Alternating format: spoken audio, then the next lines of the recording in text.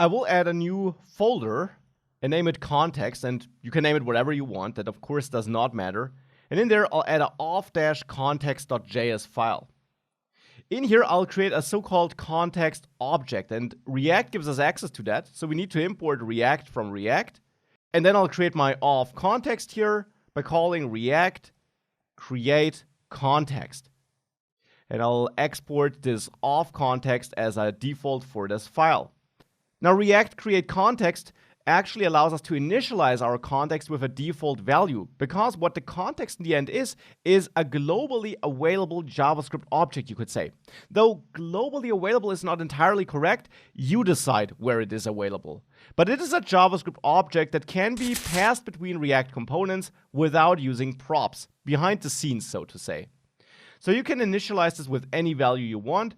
For example, here I'll set authenticated to false. And I'll also add a login method here. However, this method will not do anything. It's an empty anonymous function. And I'm adding this here because if I initialize my default value with everything I want to be able to access on this context from different components in my application, then I actually get better auto-completion from the IDE. And that's the only reason. And I don't really care too much about that default value here otherwise, because now that off context will be used in app.js. And I will show you how to use it there and why it doesn't matter what you set as a default value.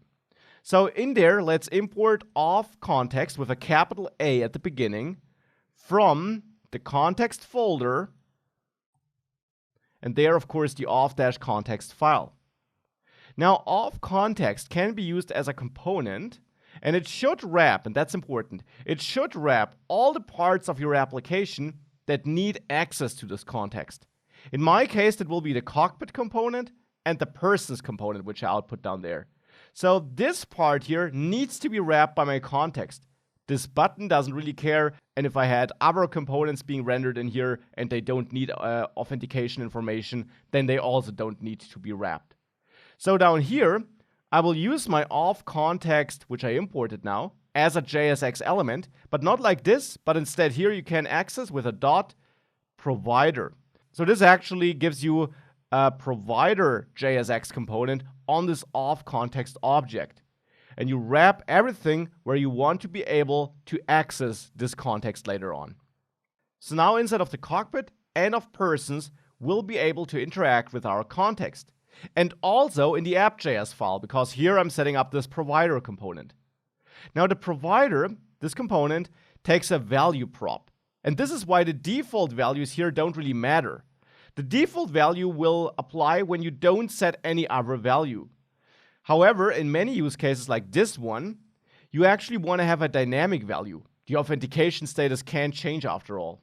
And therefore, I'll manage the status here in app.js, and I pass my current state of the authentication status here to value. So value will be a JavaScript object, hence the double curly braces. Outer curly braces are there to enter dynamic content. Inner curly braces construct a JavaScript object. And there I'll have the exact same structure as here in the default context object. So I'll have authenticated and login as keys.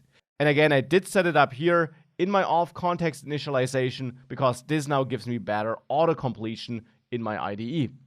So in app.js, in this object here, we now have this authenticated key here, and this should refer to this state authenticated. So we'll still manage the authentication status in my state of this component, because one thing does not change when you use context.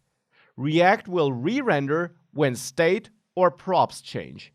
So only changing something in a context object would not cause a re-render cycle, and therefore this is not enough.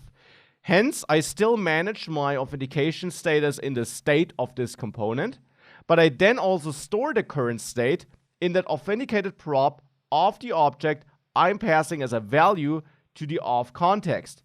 And since this effectively is a prop of the off context provider, this will update whenever this state updates.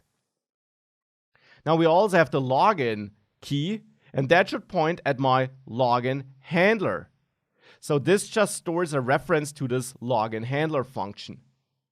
Now this is in my context object that can now be accessed from cockpit and persons because they are inside of the provider wrapper.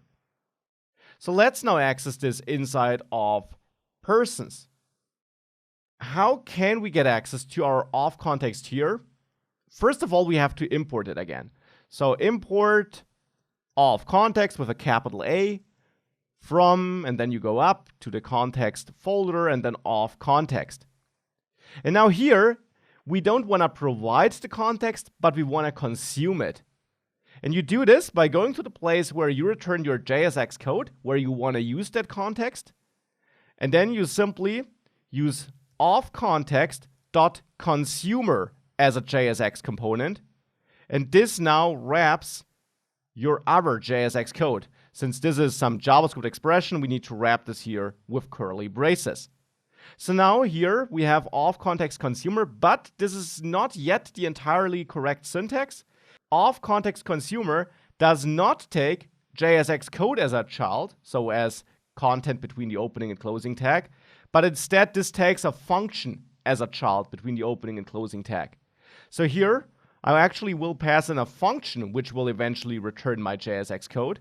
And this function, which will be executed for us by the auth context consumer or by the React context API, this function will get our context object. So this is how we get access to that context object here in the place where we consume it.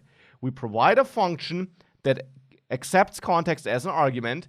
We'll get that argument by the auth context here. React executes this function for us. And then in this JSX code, which we return here and which will be rendered in the end, we have access to that context object. And therefore now we could forward this to isAuth. But of course that was not the idea here, right? We wanted to use the auth context in person, not in persons. We wanted to skip that extra cycle where we have to forward something which we don't need in this component. So let's actually not consume auth context in here. Let's remove that instead. And let's also remove the isAuth prop we're forwarding. And let's remove the auth context import. We wanted to use auth context in the person component. So here is the place where we should import it. So import auth context from, and now go all the way up to the context folder and import auth context. And now here I want to set up my consumer in the place where I want to access that context data. And for me, that is this single line here. And if you needed it in other places, you would wrap everything with that consumer where you need it. So here I'll use my consumer. And as you learned, in there you get a function which gets context as an argument. And then you have to return the JSX code you eventually want to return. So here I will grab this check here where I render a paragraph. And now I can use my context here. So I now use context authenticated. With that, we're consuming our context in the person component to output the right data, but we're not using it for making this login button work. So let's go back to the cockpit component now, where we have the login button, and let's consume context here as well. So first of all, let's import auth context from context auth context. And then let's consume it here to wrap our login button. So here I will use auth context consumer, wrap this entire button. But of course, as you learned, we don't just wrap the JSX code. Instead, we wrap a function where we get the context argument, and then this function returns the JSX code. And then again here, we cannot access, or we could access props login, but we don't want to.